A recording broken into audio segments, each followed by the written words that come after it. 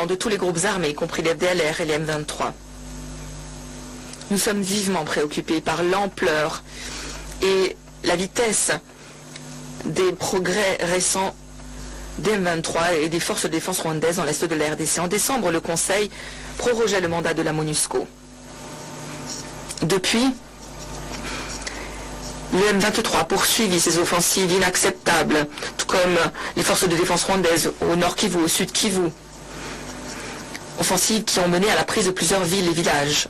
Comme nous l'avons entendu, des centaines de milliers de civils ont été déplacés et la violence s'est intensifiée.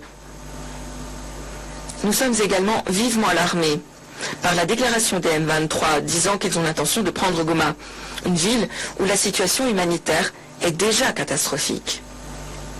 L'augmentation du nombre de déplacés du fait de l'expansion territoriale des M23 signifie davantage de pression sur les camps de déplacés déjà surchargés et exacerbe les difficultés auxquelles se heurtent les acteurs humanitaires.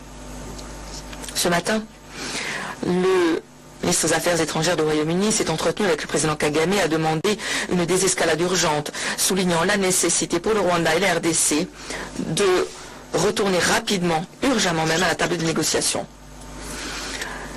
Il est aujourd'hui plus que jamais essentiel que la MONUSCO puisse s'acquitter de son mandat.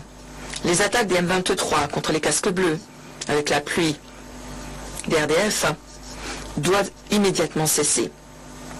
Ces attaques empêchent la force de s'acquitter de la mission qui lui a été confiée par le Conseil de sécurité, à savoir protéger les civils.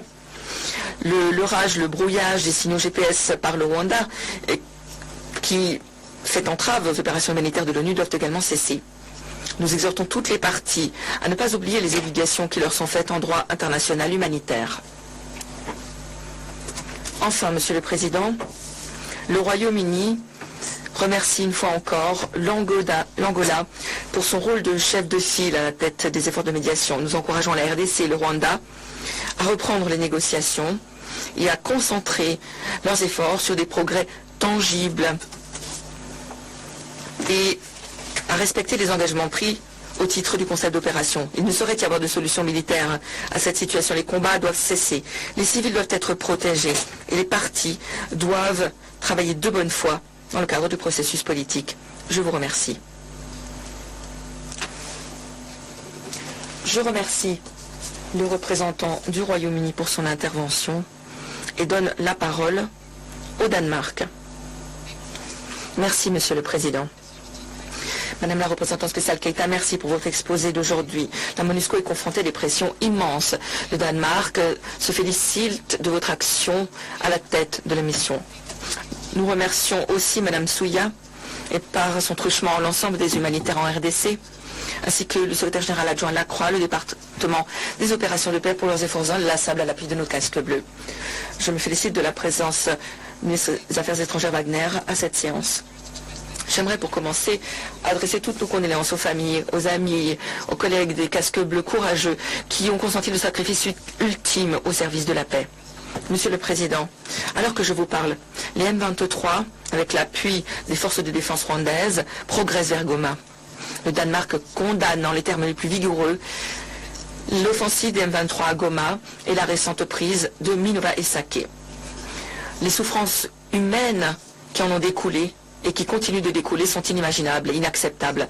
Il ne fait aucun doute que cette offensive, ainsi que la présence militaire de Rwanda en RDC, sont des violations claires de l'accord de cessez-le-feu, des violations claires de la Charte des Nations Unies, des violations claires de l'intégrité territoriale de la RDC.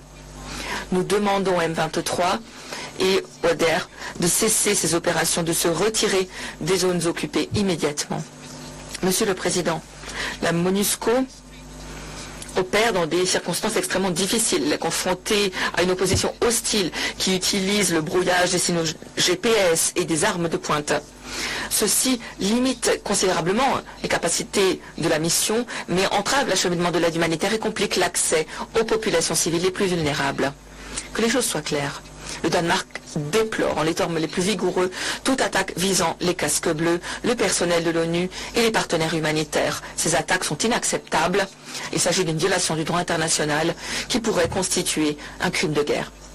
Monsieur le Président, l'Est de la RDC est depuis longtemps confronté à de multiples crises. La situation humanitaire y est catastrophique.